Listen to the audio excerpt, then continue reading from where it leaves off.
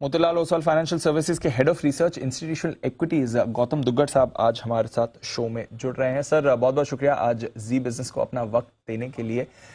जबरदस्त move I है बाजार में सर, पिछले 8 दिनों से तो हम पॉजिटिव एक्शन देख ही रहे हैं, बट अदरवाइज ऑल्सो ये पूरा साल ही हमने देखा कि almost at every step global markets other EM markets से हम अच्छे ही रहे हैं और अब तो ऑफ कोर्स फ्रेश लाइफ हाइस पर भी बैठे हैं। क्या सेंस लग रहा है सर, ये मोमेंटम कंटिन्यू रहना चाहिए आउट परफॉर्मेंस का, यहां से और ऊपर जाने का आपकी क्या राय है? जी गुड मॉर्निंग दीपांशु। देखिए ये साल जैसे आपने कहा बहुत ही अच्छा रहा है इंडिया के लिए, क्योंकि बाहर के जो बाजार है आर्थिक ग्लोबल रिसेशन के चपेट में आए हुए हैं, स्पेशली यूएस और यूरोप। चाइना का अपना अलग ही इशू चल रहा है, फिर हमने वॉर भी देखा, क्रूड 140 तक जाके आया है, इन्फ्लेशन स्पाइक हुआ था, दुनिया भर के सेंट्रल बैंकर्स जूझ रहे हैं इन्फ्लेशन को कंट्रोल में करने के लिए। सो एक तरीके से ये कहा जाए कि पूरी दुनिया में काले बादल मंडरा रहे थे और इंडिया एक इंद्रधनुष के जैसा प्रतीत हो रहा था। तो ये एक एग्जैगरेशन नहीं होगा, क्योंकि बहुत रेयरली हमने देखा है 20-25% का आउट परफॉर्मेंस जब पूरे दुनिया में इतनी तकलीफें हैं। एंड ये तकलीफें अलग अलग लेवल पे है, ग्रोथ को लेके है, इन्फ्लेशन को लेके है, जैसे कि कहा जाता है वॉर को लेके है, जियोपॉलिटिकल हेडविंड्स को लेके है। सो ये एक बहुत ही शानदार रिजिलियंट बाजार रहा है हमारा। इसमें 2-3 चीजें इंडिया के काम में आई है। एक तो जो कॉर्पोरेट मुनाफा है जिसको अर्निंग्स कहते हैं, बहुत अच्छा रहा है। इतने सारे चैलेंजेस के बावजूद फर्स्ट हाफ में निफ्टी का जो प्रॉफिट है वो 14% बढ़ा है और ये पिछले 2 साल के बहुत ही शानदार प्रदर्शन के ऊपर आया है, क्योंकि 2021 में हमने 20% प्रॉफिट ग्रोथ देखा था, 2022 में 40% प्रॉफिट ग्रोथ देखा था और उसके ऊपर ये फर्स्ट हाफ में 14% प्रॉफिट ग्रोथ देखा है और हमारा पूरा साल का अनुमान भी FY23 के लिए 14% का है। सो अगर आप देखें FY20 में 2020 में निफ्टी का प्रॉफिट 3.5 लाख करोड़ था, जो अभी 6,72,000 करोड़ हो जाएगा 2023 में। तो करीबन 85-90% का ये ग्रोथ है और इंडियन बाजार ने भी लगभग उतना ही रिटर्न दिया है अगर आप जनवरी 2020 से देखते हैं तो। सो पूरे कंसर्न्स के बावजूद बाजार ने कॉर्पोरेट अर्निंग्स को फॉलो किया है और वही हम पिछले कई सालों से देखते आ रहे हैं।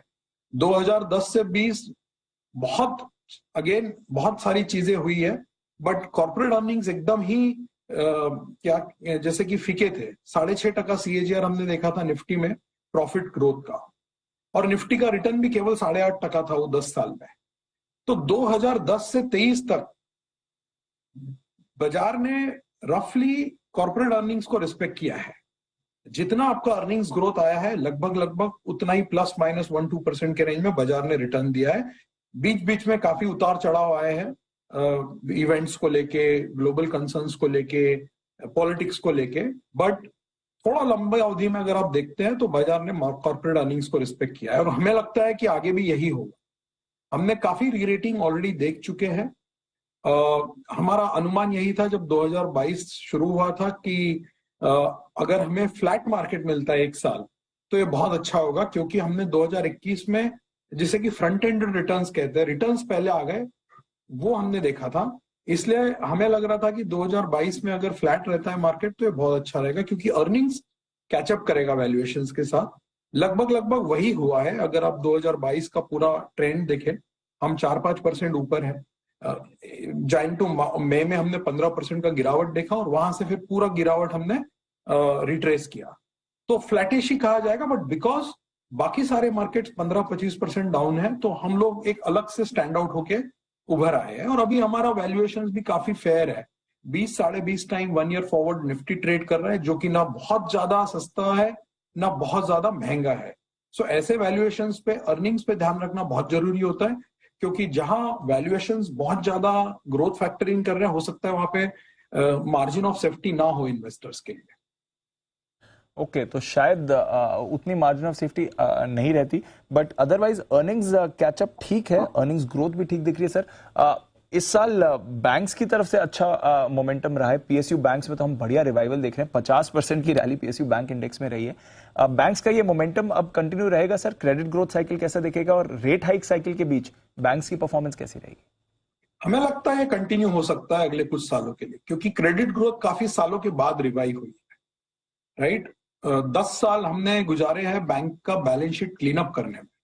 2015 से लेके 22 तक लगभग 17-18 लाख करोड़ का प्रोविजन प्रोवाइड किया गया है बैंक्स के बैलेंस शीट पे, जो कि बहुत बड़ा नंबर है। सो बैंक्स के जो बैलेंस शीट है वो काफी क्लीन है आज। पीएसयू बैंक्स के आरओई 14-15% की तरफ बढ़ रहे हैं। उनका प्रोविजन कवरेज रेशियो 75-80% के बीच है। प्राइवेट बैंक्स तो अच्छे थे ही पिछले 4-5 साल में। अगर मैं आपको एक नंबर कहूं, निफ्टी में 2018 में पूरे बैंकिंग और फाइनेंशियल सेक्टर के कंपनी का प्रॉफिट 45,000 करोड़ था, जो बढ़ के 2022 में 1.5 लाख करोड़ हो गया, और 2023 में हमारा एस्टिमेट है 2,06,000 करोड़।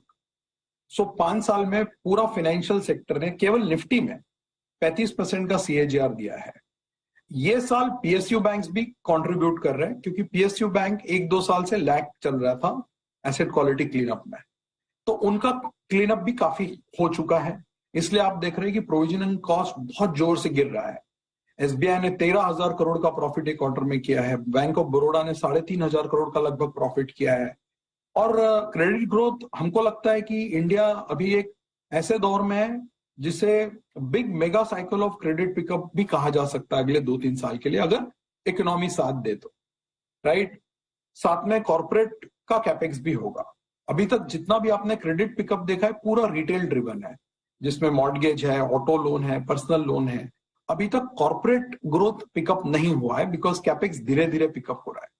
सो वो भी आगे जाके कंट्रीब्यूट करेगा।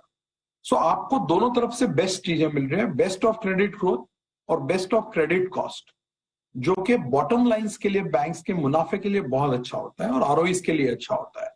और जिस तरह का ग्रोथ हमने देखा है उसके मुकाबले में फाइनेंशियल सेक्टर्स के वैल्यूएशंस में हमको लगता है अभी भी अपसाइड है। इसलिए हमारा सबसे बड़ा ओवरवेट फाइनेंशियल्स पे है, और फाइनेंशियल्स के अंदर हमारा सबसे बड़ा ओवरवेट पीएसयू बैंक्स पे पिछले 1.5 साल से। इतनी बड़ी रैली के बावजूद अभी भी पीएसयू बैंक्स पर और भरोसा है, क्योंकि आने वाला समय और अच्छा रह सकता है बैंक्स के लिए। चलिए सर, बैंक्स का तो भरोसा समझ गया, और क्या पसंद आ रहा है इस बाजार में? आप अपने पोर्टफोलियो में और क्या चेंजेस कर रहे हैं इस समय? तो हमको आईटी काफी अच्छा लगता है। 2020-21 में हमारा आईटी सबसे बड़ा ओवरवेट हुआ करता था। 2022 में भी ओवरवेट था, बट 2022 में इसमें रिटर्न नहीं बना है। बट अगर आप देखें पिछले 3-4 क्वार्टर्स का परफॉर्मेंस आईटी का, यूएस में रिसेशन का बात पिछले 1 साल से चल रहा है। इसके बावजूद आपने इंडियन आईटी कॉर्पोरेट्स के डिमांड कमेंट्री में बहुत ज्यादा रिस्क नहीं दिखाया अभी तक, ना किसी ने गाइडेंस कम किया है। जबकि 2 कॉर्पोरेट्स ने पिछले 6 महीने में अपना गाइडेंस बढ़ाया है, इन्फोसिस और एचसीएल टेक ने। अगर हम ये क्वार्टर भी, जबकि आने वाला क्वार्टर है, उसमें भी अगर हम गाइडेंस कट नहीं देखते हैं और कमेंट्री ठीक ठाक रहता है, तो मुझे लगता है आईटी में यहां से भी कैचअप की संभावना है। अगर आप देखते हैं पिछले 6-7 महीने में काफी सारे आईटी स्टॉक्स अपने 52 वीक लो से 30-35% ऊपर चल रहे हैं, बट अभी भी वो अपने प्रीवियस हाई से 15 से 25% नीचे है। हुआ यह है कि पिछले 1 साल में वैल्यूएशन 25% करेक्ट हो गया है। इन कंपनीज के फंडामेंटल्स हमेशा स्ट्रांग रहे हैं। कैश फ्लोज इंडिया के सारे सेक्टर्स में सबसे बढ़िया free cash flow conversion IT sector का होता है। इनके आरओईज अच्छे हैं। इनके जो डिविडेंड प्लस बायबैक पे आउट रेशियोज हैं वो बहुत स्ट्रांग है। पिछले 7 साल में केवल टॉप 5 आईटी कंपनीज ने 5 लाख करोड़ का मुनाफा कमाया है, जिसमें से 3,80,000 करोड़ उन्होंने इन्वेस्टर्स को वापस कर दिया है डिविडेंड और बायबैक्स के थ्रू, जो कि अपने आप में एक बहुत बड़ा नंबर है। ऐसा नंबर इंडिया के कॉर्पोरेट हिस्ट्री में कोई भी सेक्टर ने नहीं किया है। तो मुझे लगता है आईटी सेक्टर एक बहुत अच्छे कगार पे खड़ा है, और हमको उम्मीद है कि यहां से भी उसमें पैसा बनेगा। विद इन आईटी हमारा प्रेफरेंस लार्ज कैप आईटी की तरफ ज्यादा है। हमारे मॉडल पोर्टफोलियो में इन्फोसिस, टीसीएस और एचसीएल टेक है।